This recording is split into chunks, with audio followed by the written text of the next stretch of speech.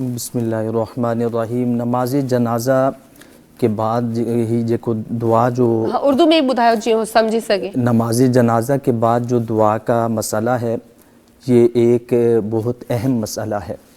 اس میں بہت سارے عقائد کے حوالے سے اختلافات بھی ہیں کہ کچھ عقائد کے نزدیک نماز جنازہ کے بعد دعا نہیں مانگی جا سکتی. وہ بھی حدیث کا ثبوت پیش کرتے ہیں کہ ہمارے نبی کریم علیہ الصلوۃ والسلام نے بھی دعا نہیں فرمائی، اور ہمارے فقہ حنفی کے نزدیک بھی دعا مانگنے کا ثبوت پیش کرتے ہیں جو ہے حدیث مبارکہ سے. تو اس میں اہم جز یہ ہے کہ دیکھیں بہت ساری چیزیں ایسی ہیں کہ جو حضور علیہ الصلوۃ والسلام کے دور میں نہیں تھی.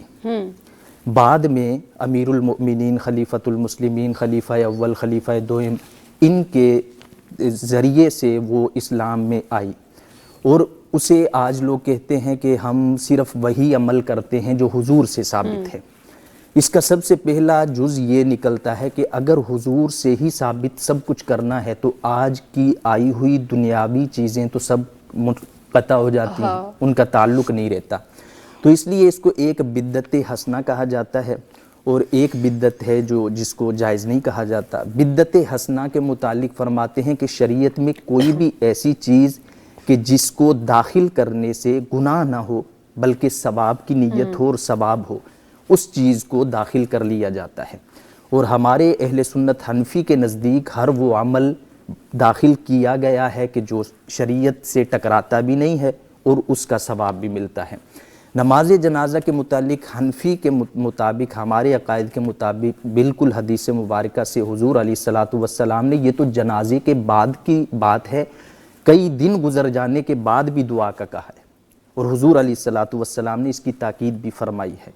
تو ہمارے فقہ حنفی کے نزدیک اس کو جنازے کے فوراً بعد دعا مانگی جاتی ہے اس کی بخشش کے لیے. کچھ لوگ کہتے ہیں کہ جو اس میں دعا پڑھی گئی ہے، جو بالغ مرد عورت ہوتا ہے اس کے لیے جو دعا پڑھی جاتی ہے اللہم اغفر لحینا، بھئی یہ بخشش کی ہو گئی.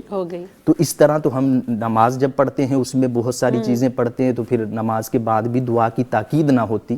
تو اس لیے یہاں سے یہ ثابت ہوتا ہے کہ ہمیں نماز ہے عبادت کے بعد بھی اگر ہم نے جنازہ پڑھا ہے اس کی مغفرت اور تمام امت مسلمہ کی مغفرت اور اپنی مغفرت کے لیے بھی اور اس چیز کو سوچ کر دعا مانگنی چاہیے. یہ حدیث مبارکہ سے وہ جو بیان کرتے ہیں کہ جائز نہیں ہے، ان کی حدیث مبارکہ بھی ہے کہ حضور علیہ الصلوۃ والسلام نے ایک جگہ پر نہیں فرمائی، لیکن اس کے بعد فقہ حنفی کے مطابق ہماری حدیثوں سے حضور علیہ الصلوۃ والسلام یہ بھی ثابت ہے کہ حضور نے دعا فرمائی. دونوں چیزیں ہیں. تو اب ایک چیز کو ہم اپنا لیں ایک کو چھوڑ دیں، یہ درست عمل نہیں ہے. جس کا جو اب من چاہتا ہے وہ وہی کام کرتا ہے. تو ہمارے احناف کے نزدیک اور ہمارے علماء کرام کے نزدیک دعا مانگنا جائز ہے اور دعا مانگنی چاہیے. بالکل. آپ کا جو سوال تھا اس کا جواب آپ کو مل چکا ہے.